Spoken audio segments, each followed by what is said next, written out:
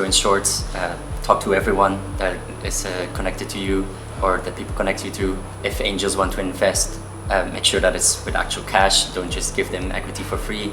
The third one is make your slides non-technical, make them very simple and tell a story. Hi, I'm Mathieu from Wasna. I'm an alumni from SMU and started Wasna about 1.5 years back. Wasna has the goal of making cell cultures and cultivated meat more affordable.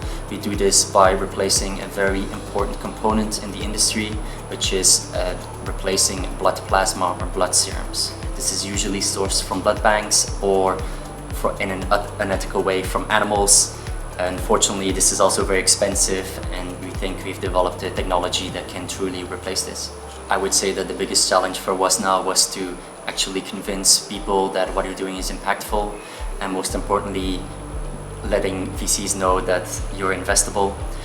The problem is that, especially for our industry, that it's a very specific field, and VCs may not always know a lot about it, and that's why it's sometimes very difficult to convince them. The thing is though that if you have one VC invested in you and think that you're doing something truly impactful, others will usually follow.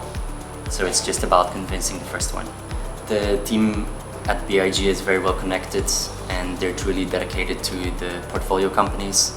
I would go as far as to say that one of the most important, if not the most important connection is made thanks to them, and it's likely the reason why it was not good investment in the first place.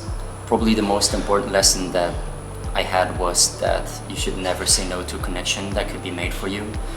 One of the best connections was actually through a VC that we've pitched to in the past, but does not really have biotech companies in their investment thesis.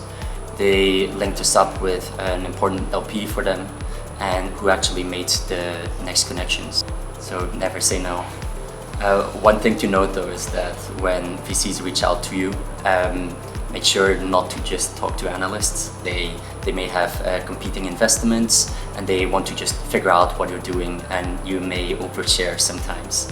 It's better to ask them upfront, like if a person that actually makes decisions, an associate or a partner, actually joins the meeting. When you get angels interested in investing, make sure that they invest actual money into your company, because sure, they can provide services and make connections for you, but that does not necessarily mean you should give them actual equity for this. They need to have skin in the game and actually give some personal investment into it. If you're running a technical company, make sure that you keep it very simple, and most importantly, you keep it non-technical, because usually VCs or even industry leaders would not necessarily understand what you're saying.